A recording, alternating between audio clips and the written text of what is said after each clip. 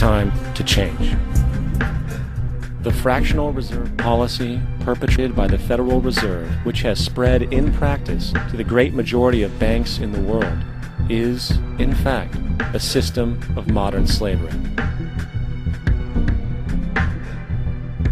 Think about it. Money is created out of debt. And what do people do when they are in debt? They submit to employment to pay it off. But if money can only be created out of loans, how can society ever be debt-free? It can't. And that's the point.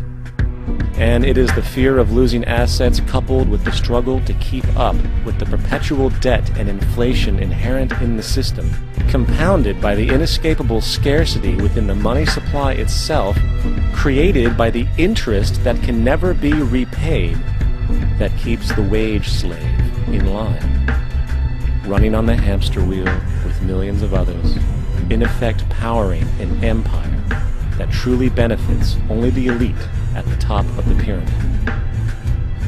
For, at the end of the day, who are you really working for? The banks. Money is created in a bank and invariably ends up in a bank. They are the true masters, along with the corporations and governments they support.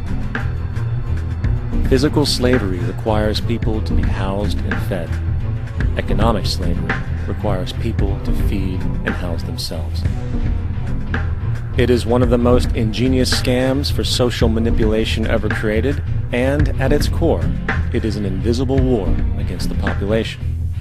Debt is the weapon used to conquer and enslave societies, and interest is its prime ammunition.